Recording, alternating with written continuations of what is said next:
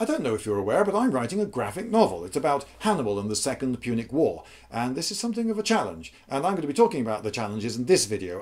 The first challenge is the sheer gargantuan scale of the task, because it's such an enormous story. So many people, so many places, so many events over so many years. How on earth can I compact them all into one containable book? Now, if you write a screenplay for a film, the amount of story that you can pack into your 2 hours of screen time or whatever isn't that great, and you have to cut corners. And with a graphic novel, you can only get a little bit more story in. So how can I cut things down? Well, one thing is just skipping stuff. Is an obvious thing. So, and there is people have written to me saying, oh, will the Siege of Syracuse be in it? Will this be in it? Will that be in it? Well, no, everything in the war can't be in it because there's just too much war. The Siege of Syracuse, with Archimedes lifting the ships and building all the machines, it's an amazing story. You could do a book just about that. Well, people have. But because Hannibal wasn't actually there, I think it's probably going to get a very, very, very small mention in the book, whilst I concentrate on things that Hannibal or his arch nemesis Scipio Africanus, if they were there, then it's far more likely to feature in the book. That's one way of cutting things down. Another way of cutting things down is by using witness reports that don't give you the whole picture, but maybe just enough for you to understand essentially what's going on. And flashbacks and flash forwards and so forth is another way of getting an idea across quite briefly, nip in, nip out, onto the next thing. So cutting things down is going to be a very large and difficult part of the task. Another major challenge is the personality of the main character, of Hannibal, because what was he like? You see, if you don't like him, or you dislike him, or if you don't, you have to feel that you know him in order to care about him. Essentially, you may want him stopped because he's so horrendous. Who will stop this fiend, this archfiend Hannibal? Or you may think you may learn so much about what his hopes and dreams and ideals were that you think, oh yes, those are things worth fighting for. Come on, Hannibal, come on.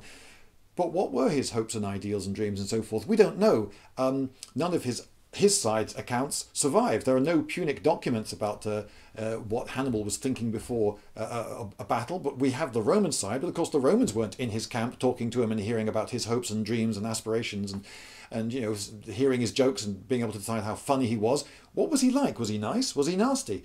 You see, if he's the central character, I can't give him no personality because then that'll be boring and who will care. But if I give him any personality, I'm putting a spin on the story. And that's a difficulty. You see, if I make him really nice, history doesn't tell us that he was really nice. I mean, he might have been, but we don't know that. And people say, you've decided you're partisan in his favour. You want us to be on his side. And so you've put that in. That's fiction. You've made that up, Lloyd. That's not history. And yeah, but I'm trying to write a graphic novel, and we have to care about characters for the story to be gripping, to be engaging. When you watch Colin Farrell playing Alexander, does it really bother you that much whether he wins or not? What does it matter if a load of guys with spears who are all dead now, who lived 2,000 years ago and you didn't know any of them, they fight another lot of similar guys and one of them wins? Does it matter who won? And besides, you could sort of, most of us know who won the war anyway. You sort of know which way this is going, so why should you care? This is a big problem. So I have to give him a personality, with a personality that's backed up by enough history to be feasible and believable and to make you care.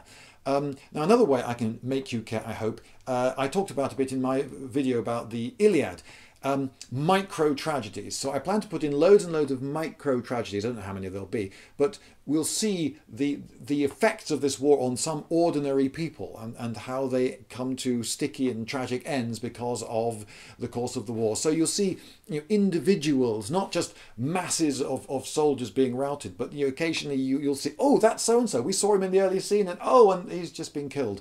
And then perhaps you'll care that unit got routed because that character that you knew something about and perhaps liked or disliked died, and then you will perhaps care. So micro tragedies is another ploy.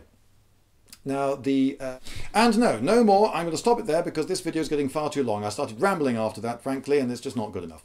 So goodbye for now, and as always, remember to wash your hands after handling raw chicken.